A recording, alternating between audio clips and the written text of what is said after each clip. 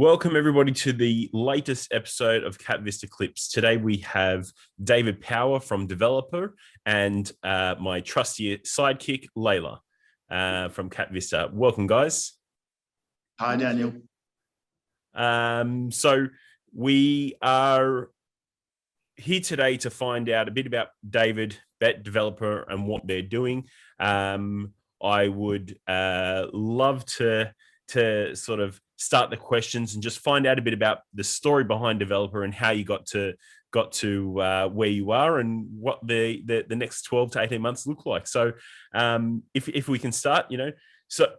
Tell us about your story. How did you find yourself in the platform software business, and what do you like about it most?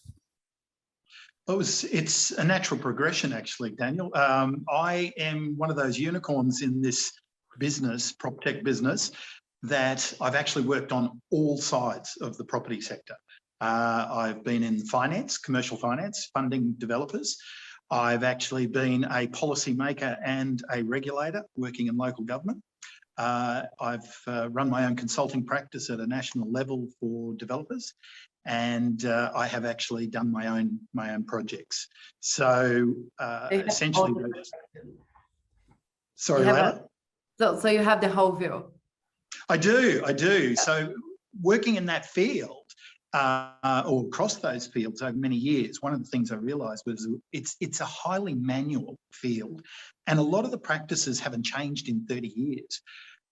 This sort of occurred to me back in around about 2012, but unfortunately technology hasn't caught up with the idea until the last 4 or 5 years. So automation and access to data was something that's always been in the back of my mind. Being someone from a local government background, almost 17 years, local government has enormous resources and data at its fingertips to create planning schemes, etc. But the industry doesn't get access to that, doesn't even know half the information that's there. So for me, it was a logical progression to look at automating a lot of the due diligence process, but also trying to create management systems particularly for the development application process, which is, as I said, it's highly manual, and the processes that consultants and developers use really haven't changed in 30 years. Awesome. So, where do you think that this space is headed at the moment, and what's the outlook for it? I think it's really exciting. What we've seen now, particularly with our engagement with local government for parts of our system, is that they recognise that they also have to evolve.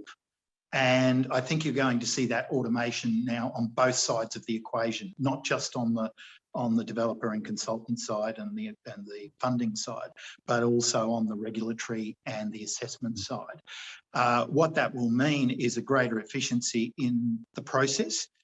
It will mean significant savings for the industry, and hopefully a lot of those savings will be passed on so that we create a more affordable housing product.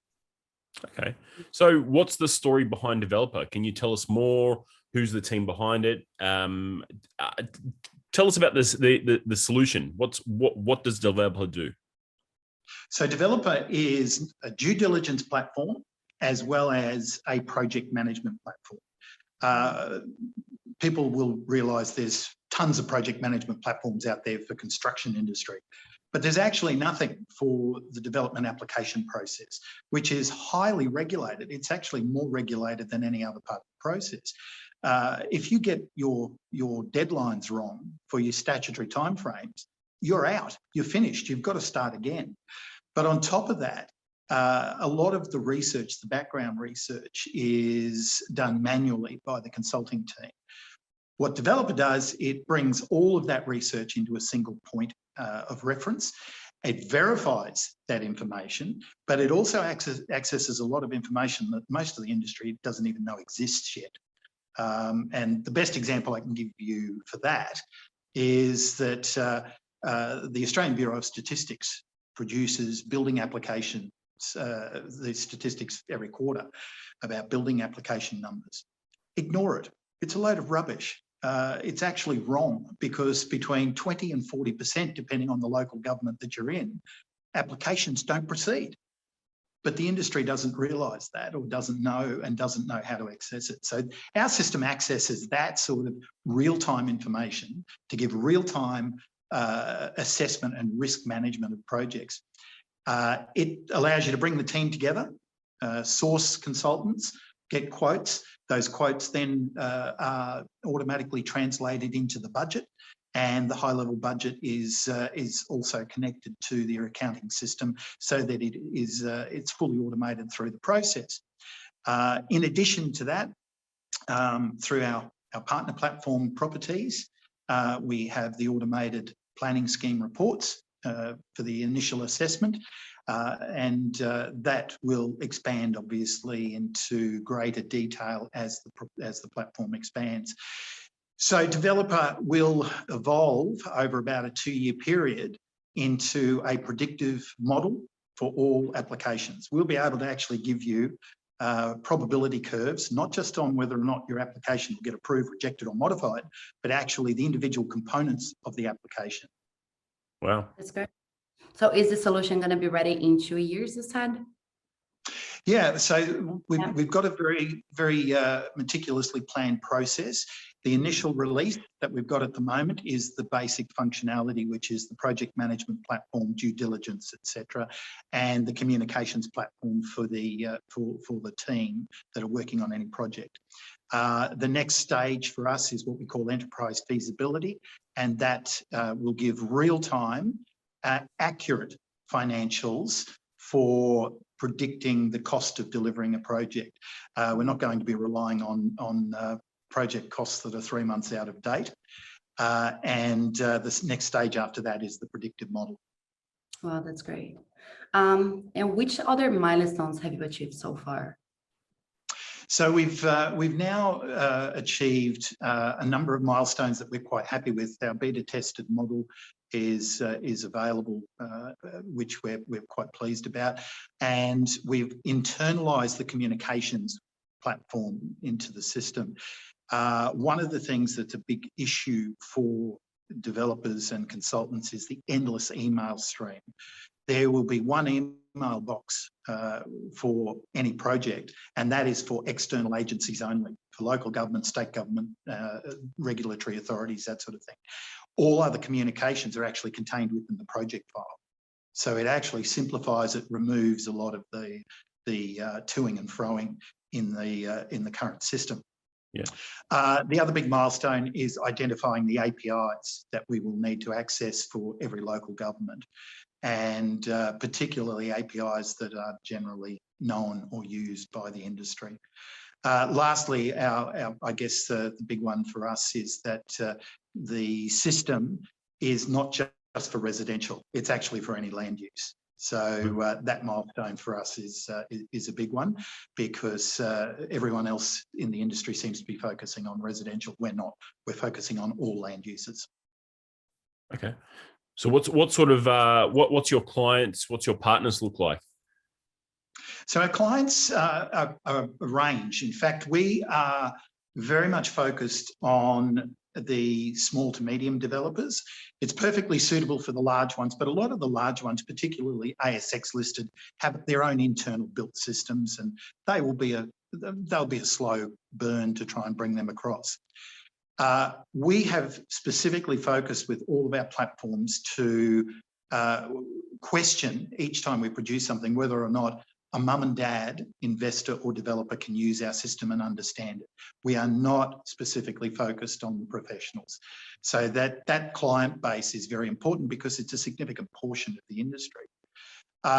We also have a couple of other platforms which you're aware of that are focused on local government.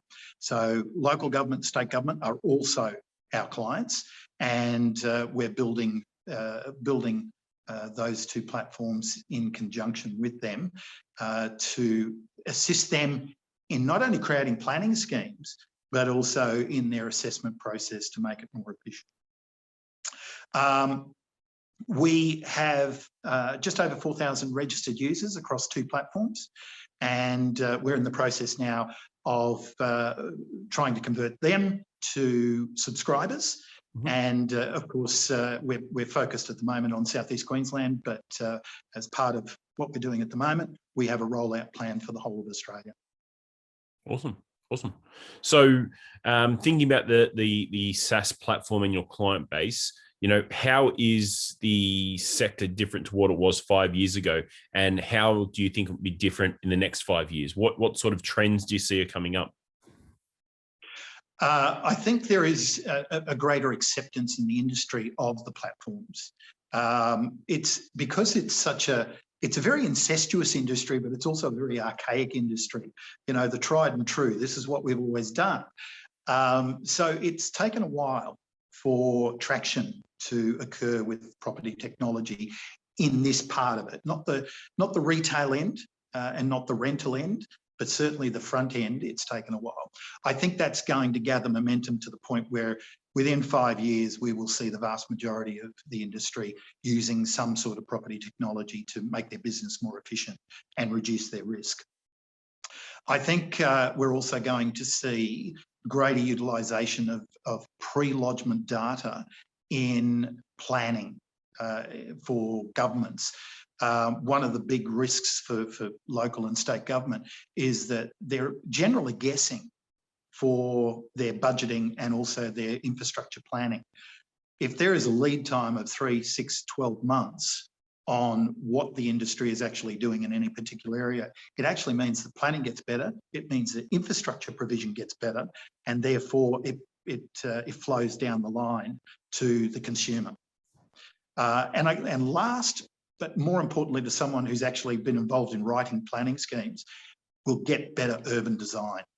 If we can make the system, if we make the process faster, cheaper, and more efficient, it means that developers and designers can spend more time on creating a product that's better suited to our environment, better suited to our community, and we get better urban design, which makes our cities more efficient and our economy more efficient. That's a great point. Yeah. Okay, so what are the pain points that is experienced by your clients, and then how are you solving it now? And then with the new rollout, what other pain points? We've touched on making things faster and cheaper, and then they can focus on designs. But what else does it solve? For I'm thinking with my investor hat on, or what's the scalability of it? What's the take up of it? So I'll work backwards. Scalability is actually global. It can run globally because town planning is done essentially the same way all the world over. The only thing that changes is the legislation, and that's very easy to plug into the system to adapt for local regulations and legislation. One of the things that this system will do, and property technology in general, will remove unpredictability over time. The industry constantly complains about the unpredictability of an approval process. It's actually not unpredictable. It's all there.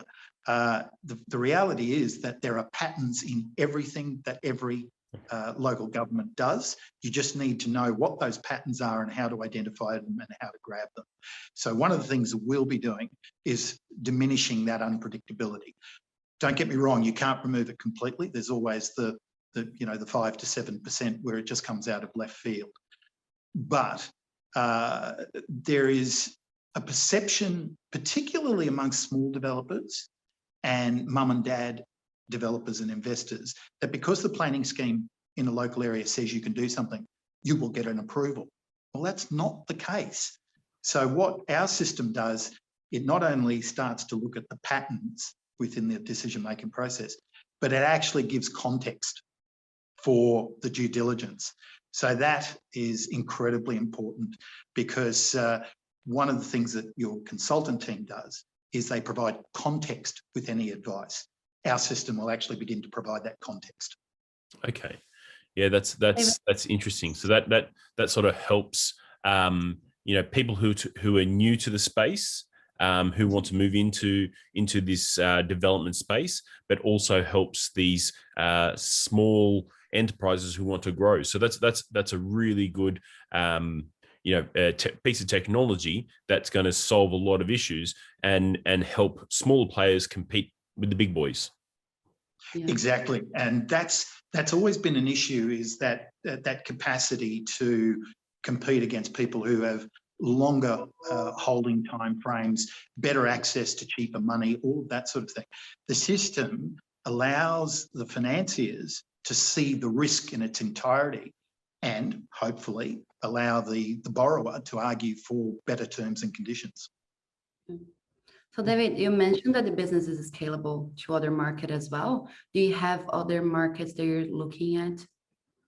Yeah, we've identified a number. Interestingly enough, any Commonwealth country is perfectly suited because our legislative process, our property registration process is very, very similar from country to country. New Zealand is an obvious one because of the parallels.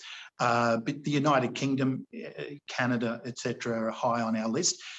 We have looked at larger markets such as the United States, but that's a market that we would not want to venture into until we have stability in the company as a whole, because it is so large, it has the capacity to overwhelm us. And also because of the differences between within a single state between local authorities. They are a very unique market. Yeah, that's a smart move. Yeah. Can I ask a raise already? So how much are you raising? How are you planning to use the funds? What is the offer? Tell us more about it. Sure. So we've already got 2 foundation investors, and that's helped us to create what we've got so far. Now we're bringing the 4 platforms together under the one roof. They were built in parallel and are in separate entities. We're bringing them into a single entity now that they are at a stage that they can be managed, and there's no development risk for each of the platforms. We are intending to roll Developr and PropertEASE out right across Queensland as part of the capital raise. And we're also intending to complete the city planner minimum viable product for release to local governments. Now, the city planner product helps councils design planning schemes in real time. And our Assessr platform, which is to help them with their assessment. This capital raise will help us create the prototype for that, and then we will start working with our 3 target councils that we've been speaking to actually complete that to fully commercialised stage. Perfect. And in terms of the capital raise, what's the momentum being like, and how much are you raising? So we're raising 850,000 at this stage. We're getting some interesting requests and responses, people looking for further information. And that's been very encouraging, because the questions we're getting are actually really well-informed questions. And I like that about investors, where they are well informed. We are hopeful that we will get investors who actually want to play a part in our development, not necessarily at an operational level, but actually be sounding boards and testing boards for new product development, so that we are ensuring that someone who's not a professional in the industry can look at what we're creating and say, I can use that. So we're actually not just looking for people who will sit back and passively get their reports every quarter or every annual meeting. For us, that's incredibly important, because it gives us, I guess, a confidential test base that we can use. Perfect. That would be my next question. What would be your ideal investor? But you already answered. So look, our ideal investor is someone from within the industry, or someone who actually just has a passing interest in property, where they would like to understand more as they grow their knowledge. So their knowledge can actually grow in line with our product development. Yeah, that makes sense. Perfect. Well, I think that's all we have in terms of the questions, but it's been great chatting to you. It gives us a real good insight into Developr, PropertEASE, and City Planner that's coming up soon. It gives our audience a good idea about you and the background and the space you're playing in. And it's exciting to hear, what the next steps are. And the plan on the horizon, because that's a very interesting one. And then off that, there's so many offshoots. The data that you collect and the predictability is that's a valuable asset just in itself. It opens up your customer base, new customers who want to acquire that data. So that's very interesting. So what we'll do from here is we'll put the details on how to reach you and how to find out more about Developr, and we'll send this out. Anybody who's watching this, if you do want to know more, we'll put our details here, or it's on our website that you can jump on, so the KapVista platform. If you want to get in touch with David, just let us know, either Leila or myself, and we'll make an introduction to David, and he'll be more than happy to have a chat with you. And if you're outside of Sydney and outside of lockdown, he may even wish to have a coffee with you as well. That would be wonderful. That would be wonderful. But yeah, thanks, Daniel. Thanks, Leila. It's really exciting for us, and for someone who I guess grew up in a very manual system within the industry. I'm absolutely loving seeing what's happening in the Proptech market out there, and I think we can make a difference to making our cities a better place to live. Yeah, that's awesome. Okay, guys, thanks for joining us, and tune in for the next episode. Bye. Thank you. Bye now. Thank you, David. Thanks for your time.